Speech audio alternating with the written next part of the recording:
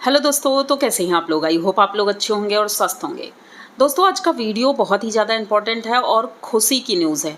तो इसलिए मुझे भी लग रहा है कि मैं कितनी जल्दी वीडियो शुरू करूं, लेकिन आप लोगों का भी एक काम है कि भाई वीडियो को सब्सक्राइब करना, लाइक कमेंट करना और शेयर कर देना। ये काम करना बहुत ज़रूरी है क्योंकि अच्छे अच्छे वीडियो आने वाले हैं। तो जब तक आप सब्सक्राइब नहीं करेंगे, बेल आइकॉन नहीं दबाएंगे, तब तक आपको मेरा वीडियो नहीं मिलेगा।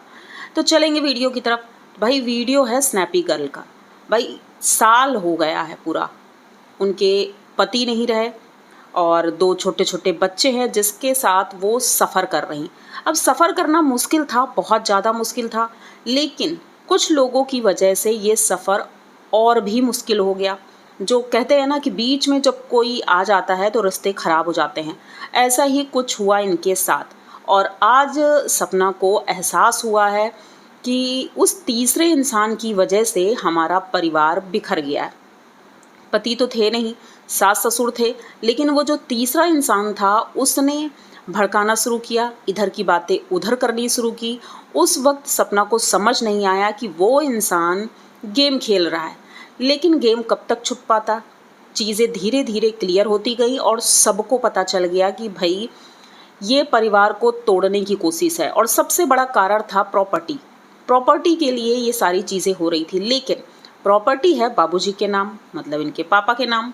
तो भाई पापा ऐसे ही किसी को नहीं दे देंगे, उनके दोनों बेटों की प्रॉपर्टी है, तो भाई उनकी दोनों पोतियों का हक है। लेकिन सपना को उसमें हक नहीं चाहिए। उसने कहा मुझे कोई हक नहीं चाहिए। जैसा कि 2 दिन पहले एक वीडियो आया और वो वीडियो देखने के बाद भाई मेरी आंखें भी नम हो गई। जिस तरह से आरू बोल रही थी कि मैं वहाँ जाऊँगी और अपने पापा से मिलूँगी, पापा को लव यू बोलूँगी, पापा खुश हो जाएंगे, फिर मुझे फार्म हाउस घुमाने ले जाएंगे। मतलब इतनी खुश थी, जबकि सपना ने कहा कि बेटा पापा वहाँ नहीं हैं, वो गॉड के पास हैं। लेकिन फिर भी उसे यकीन है कि वहाँ पर पापा हैं, क्योंकि उसकी यादें वहाँ से जुड़ी हैं पापा के साथ।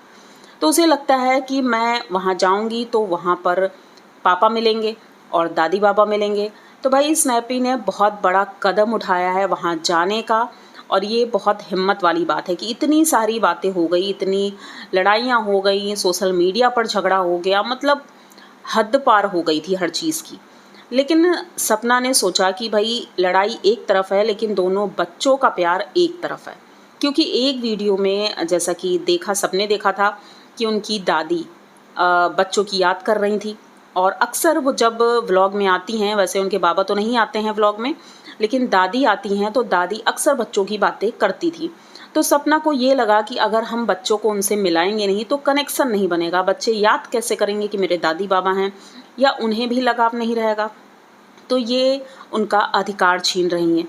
तो इस वजह से सपना ने सोचा क्यों ना सारी लड़ाई झगड़ा भूल करके मैं एक बार मम्मी पापा से बच्चों को मिला दूँ, और हो सकेगा तो दोबारा भी जाएंगे और वो लोग भी आएंगे। ये सोच करके सपना वहाँ जाने के लिए तैयार होती है।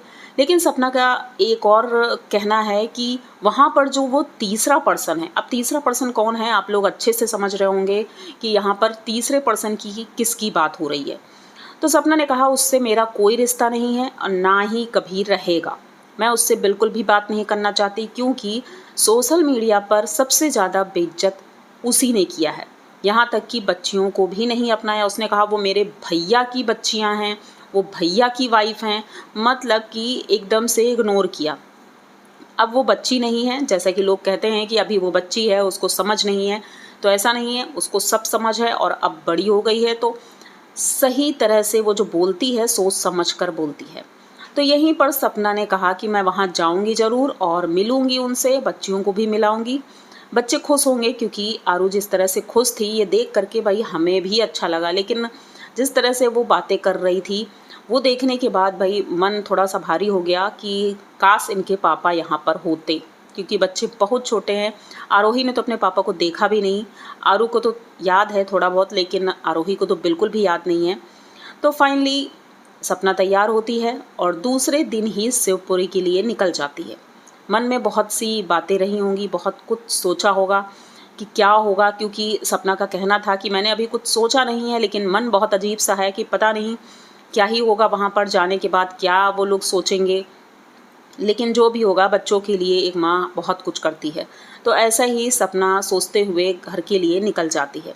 एक खुशी भी थी कि अपने घर जा रहे हैं, जहाँ पर वो अपनी पूरी फैमिली के साथ एक टाइम पर रहती थी और खुश भी रहती थी। इसी बीच सपना ने एक और बात कही कि भाई उनसे भी कुछ गलतियाँ हुई हैं। सबसे बड़ी बात है, इंसान अपनी गलती मान लेता है तो वो सबसे बड़ी बात है। तो सपना ने अपनी गलती मानी और कहा कि जो उन्होंने सूरज जी के वीडियोस डाले थे और बातें बोली थी, तो उन्होंने कहा उस वक्त मेरी मानसिक स्थिति ठीक नहीं थी, मैं बहुत परेशान थी और उस स्थिति में मुझसे ये गलती हो गई। तो उसकी माफ़ी की कोई गुंजाइश नहीं है, मैं जानती हूँ, लेकिन फिर भी मैं माफ़ी मांगना चाहती हूँ। अगर वो कहीं हैं, मेरी बात सुन रहे हैं, तो मुझे माफ़ करेंगे। ये बहुत बड़ी बात होती है अपनी गलती को एक्सेप्ट करना, और एक्सेप्ट करने के बाद ही ये शिवपुरी जाती हैं। अब जैसे ही वो घर पहुंची थी, आप लोग ने भी देखा होगा कि जैसे ही सपना घर पहुंची थी, उनकी सासू माँ बेड पर सो रही थी। उठती हैं, कोई एक्सप्रेशन फेस पर नहीं थे, बिल्कुल नॉर्मल।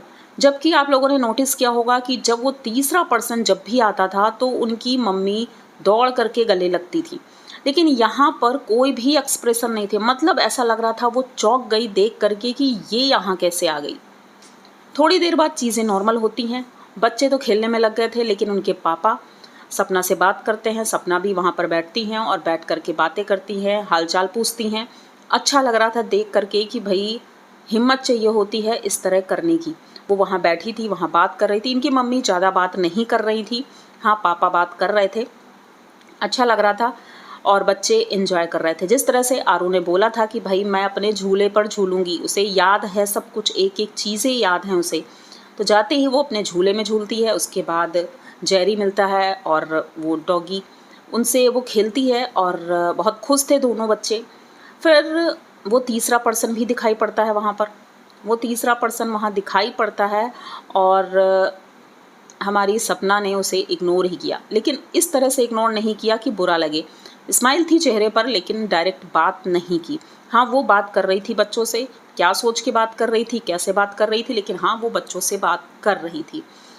उसके बाद विदाई होने लगती है तो सपना ने वहीं पर आंटी अंकल से बोला कि पापा और मम्मी, आपका भी जब मन करे आप मथुरा आ सकते हैं, क्योंकि वो भी घर आपका ही है और यहाँ भी। तो उन्होंने बोला कि रुक जाओ यहाँ पर और अच्छा लगेगा, आती रहना। तो सपना कहती हाँ मैं तो आऊँगी, लेकिन आप लोग भी आ सकते हो। तो अच्छा लगा ये देख करके कि भाई अगर फैमिली मिल रही है, दोनों फैमिली एक साथ हो रही हैं, तो ये बहुत अच्छी बात है। और सपना ने शुरुआत की है तो भगवान उसके साथ भी हैं, बच्चों की खातिर ही सही, लेकिन धीरे धीरे चीज़ें ठीक हो जाएंगी।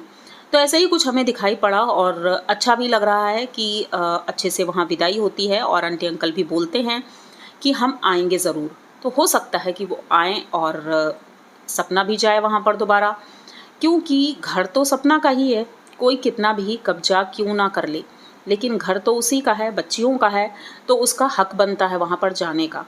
आंटी जी ने भी कई चीज़ें दिखाई, जैसे कि आरू को दिखा रही थी, उसके टॉयज़ रखे थे, उसकी साइकिल थी और उसकी बहुत सी चीज़ें थी, कपड़े थे उसके। आरू तो सारे कपड़े अपने पहचान रही थी कि ये मेरे कपड़े हैं।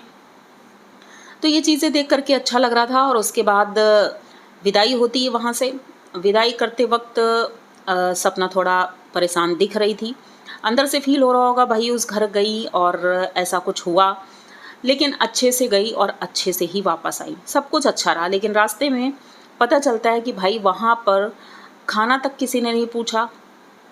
सपना वहाँ गई थी, काफ़ी टाइम तक वहाँ रुकी और उसके बाद बाहर होटल में फिर खाना खाते हैं ये लोग, बच्चे भी भूखे थे। हाँ, नाश्ता वगैरह हुआ था, फ्रूट्स वगैरह खाए थे बच्चों ने, लेकिन खाना नहीं मिला था, तो खाना बाहर ही खाते हैं। लेकिन सपना के चेहरे पर इन सब बातों का कोई असर नहीं था।